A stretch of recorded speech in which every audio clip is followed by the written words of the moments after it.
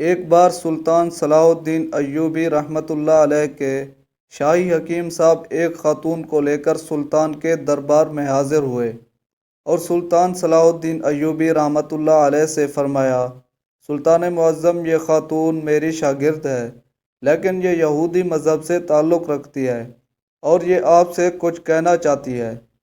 یہ دیکھ کر سلطان نے اس کو کہا، بتاؤ تمہارا کیا سوال ہے؟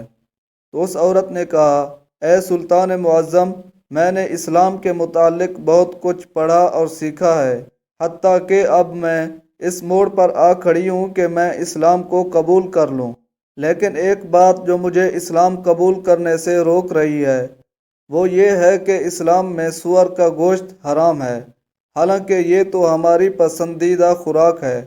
میں نے ہر جگہ دیکھا کہ اسلام نے جس چیز کے بارے میں منع کیا وہاں اس کی دلیل ملی، لیکن اس خنزیر کے گوشت کے بارے میں مجھے ابھی تک کوئی مضبوط دلیل نہیں ملی۔ میں نے بائبل کو پڑھا تو اس میں بھی خنزیر کا گوشت کھانے سے منع نہیں کیا گیا، لیکن آخر اسلام کیوں منع کرتا ہے؟ آخر اس گوشت میں ایسی کیا برائی ہے کہ اسلام اس کو کھانے سے منع کرتا ہے؟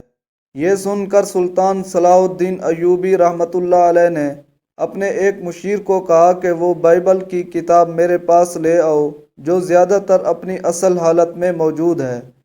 جب بائبل آئی تو آپ نے وہی جگہ تلاش کر کے دی جہاں سور کا گوشت کھانا منع کیا گیا تھا۔ پھر خاتون نے کہا، یہ کیا بات ہوئی؟ جو میرے پاس کتاب ہے اس میں تو سور کا گوشت کھانا منع نہیں ہے۔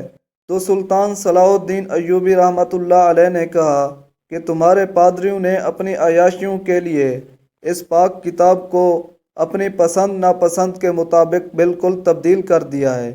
یہ جو تم بائبل دکھا رہی ہو اصل میں یہ تمہارے لکھاریوں کی لکھی ہوئی کتاب ہے۔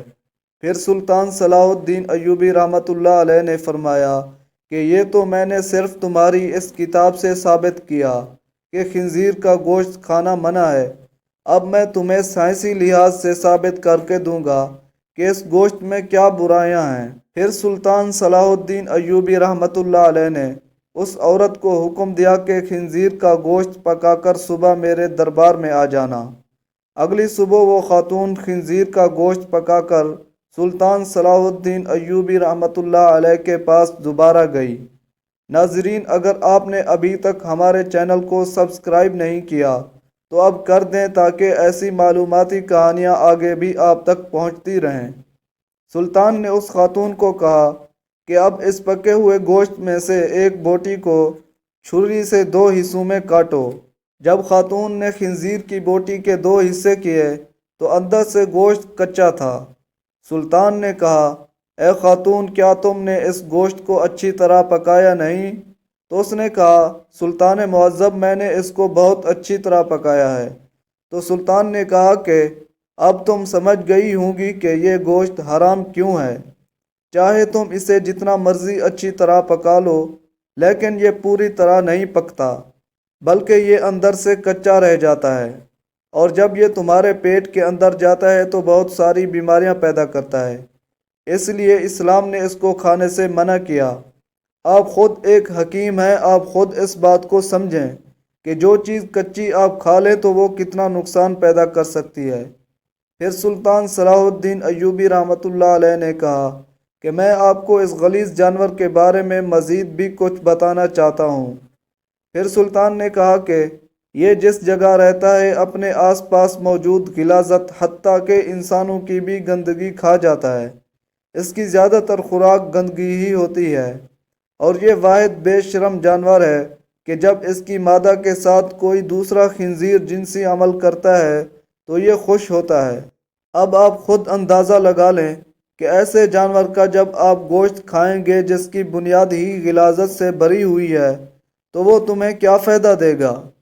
یہ بات سن کر وہ خاتون سلطان صلاح الدین ایوبی رحمۃ اللہ علیہ کے سامنے جھک گئی اور بولی، آپ مجھے ابھی کلمہ پڑھا دیں۔